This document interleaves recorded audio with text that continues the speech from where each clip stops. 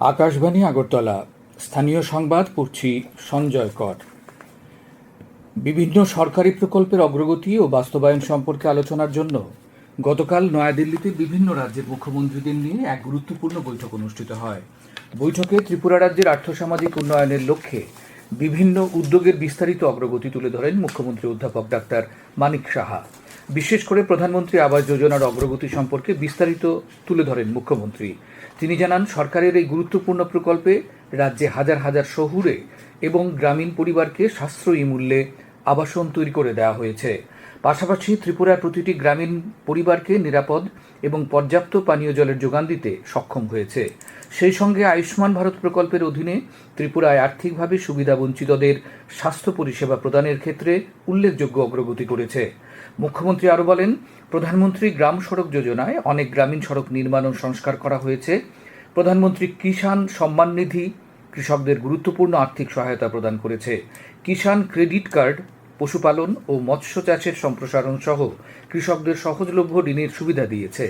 এছাড়া প্রধানমন্ত্রী জীবন জ্যোতি বীমা যোজনা, স্বামিত্ব scheme, Bharat net, soil health card, Atal pension যোজনা এবং স্বনিধি প্রকল্পগুলোর বিষয়েও বিশদ তথ্য উপস্থাপন করেন মুখ্যমন্ত্রী। দুদিনের সফরে কেন্দ্রীয় উপজাতি কল্যাণমন্ত্রী জুয়েল ওরাম গতকাল আগরতলায় আসেন। তিনি আগরতলার স্টেট গেস্ট হাউসে এক সাংবাদিক সম্মেলনে 2024-25 অর্থ বছরের কেন্দ্রীয় বাজেট সম্পর্কে বলেন। এবারের বাজেটে গুরুত্ব দেওয়া হয়েছে দরিদ্রদের কল্যাণ, মহিলাদের উন্নয়ন, যুবাদের রোজগারের ব্যবস্থা করা এবং কৃষকদের কল্যাণে কৃষি উৎপাদন বৃদ্ধি। তিনি বলেন, বাজেটে সব রাজ্যের বিকাশকেই গুরুত্ব দেওয়া হয়েছে। সারা দেশে 61টি একলব্য মডেল স্কুল গড়ার যে পরিকল্পনা নেওয়া হয়েছিল তার মধ্যে 84টির কাজ সম্পন্ন হয়েছে বলে তিনি জানান। ত্রিপুরা প্রসঙ্গে তিনি বলেন, ত্রিপুরাতেও সামগ্রিক বিকাশ ঘটেছে। ত্রিপুরায় জনধন অ্যাকাউন্ট রয়েছে 10,22,000, এর মধ্যে 56% মহিলাদের। সাংবাদিক সম্মেলনে রাজ্যের উপজাতি কল্যাণমন্ত্রী বিকাশ দেববর্মা, সাংসদ কৃতি দেবী দেববর্মা, রাজ্য সরকারের অর্থ সচিব ব্রিজেশ পাণ্ডে প্রমুখ উপস্থিত ছিলেন। রাজ্যের প্রাক্তন মুখ্যমন্ত্রী জিষ্ণু দেববর্মা আগামী 31শে জুলাই তেলেঙ্গানার রাজ্যপাল হিসেবে শপথ নেবেন। 1 আগস্ট তিনি নতুন দিল্লিতে রাজ্যপালদের বৈঠকে অংশ নেবেন। গতকাল আগরতলায় সাংবাদিকদের এই খবর জানিয়ে শ্রী দেববর্মা বলেন, ত্রিপুরায় মন্ত্রী হিসেবে বহু গুরুত্বপূর্ণ দপ্তরের দায়িত্ব পালন করেছি। সেই সব অভিজ্ঞতা নতুন জায়গায় নতুন দায়িত্ব নেওয়ার পর তুলে ধরব। ঠিক তেমনি ওই রাজ্যের অভিজ্ঞতাও ত্রিপুরায় সবার সামনে তুলে ধরব। দেশে মাদকাসক্তদের সংখ্যা বৃদ্ধিতে উদ্বেগ প্রকাশ করেছেন প্রধানমন্ত্রী। তিনি বলেন, সরকার দেশে মাদক বিরোধী কার্যকরী পদক্ষেপ গ্রহণ করছে। প্রধানমন্ত্রী নরেন্দ্র মোদী গতকাল আকাশবাণীর মন কি বাতের 112তম পর্বে দেশ বিদেশের জনসংঘের সঙ্গে মত বিনিময় করছিলেন। নেশামুক্তি প্রকল্পে সম্প্রতি সরকার মানস পোর্টাল চালু করেছে। এটি নেশামুক্তি ও পুনর্বাসন সংক্রান্ত বিভিন্ন ব্যাপারে সাহায্য করবে।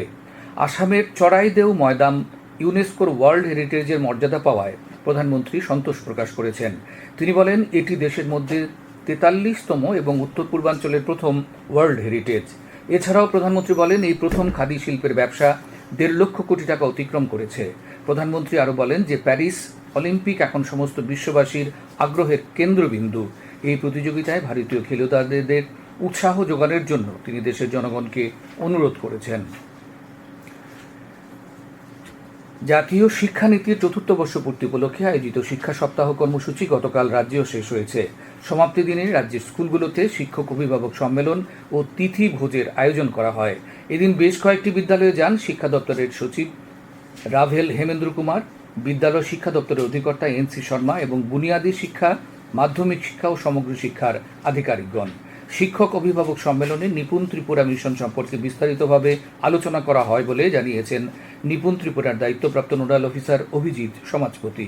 এদিকে সিপাহীজলা জেলা, গোমতী জেলা, দক্ষিণ জেলার বিভিন্ন বিদ্যালয়ে নানা অনুষ্ঠানের মধ্য দিয়ে শিক্ষা সপ্তাহ পালিত হয়েছে।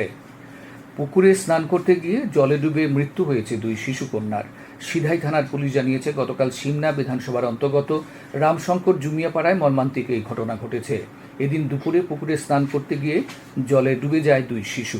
স্থানীয়রা উদ্ধার করে দুজনকে কাটলামারার প্রাথমিক স্বাস্থ্য কেন্দ্রে নিয়ে গেলে চিকিৎসকরা মৃত বলে তাদের ঘোষণা করেন।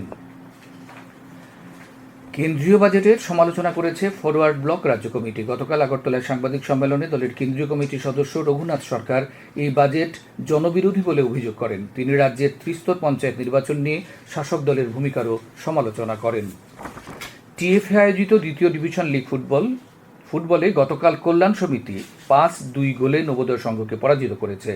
উমাকান্ত মিনি স্টেডিয়ামে অনুষ্ঠিত ম্যাচে কল্যাণ সমিতির হয়ে জাকারিয়া হালাম 2টি, সোয়াম হালাম, মঙ্গল সিং দেববর্মা এবং জন জমাতিয়া 1টি করে গোল করেন। নবোদয় সংঘের হয়ে 2টি গোল করেন করণ রিয়াং এবং শান্তি সাধন জমাতিয়া। আজ আকাশ আংশিক মেঘাচ্ছন্ন থাকবে, 2-1 জায়গায় হালকা থেকে মাঝারি পর্যায়ে বৃষ্টিপাতের সম্ভাবনা রয়েছে। আজ দিনের তাপমাত্রা সর্বোচ্চ 36 ডিগ্রি এবং সর্বনিম্ন 27 ডিগ্রি সেলসিয়াসের কাছাকাছি থাকবে। আজ ভোরে তাপমাত্রা ছিল সর্বনিম্ন 26.7 ডিগ্রি সেলসিয়াস।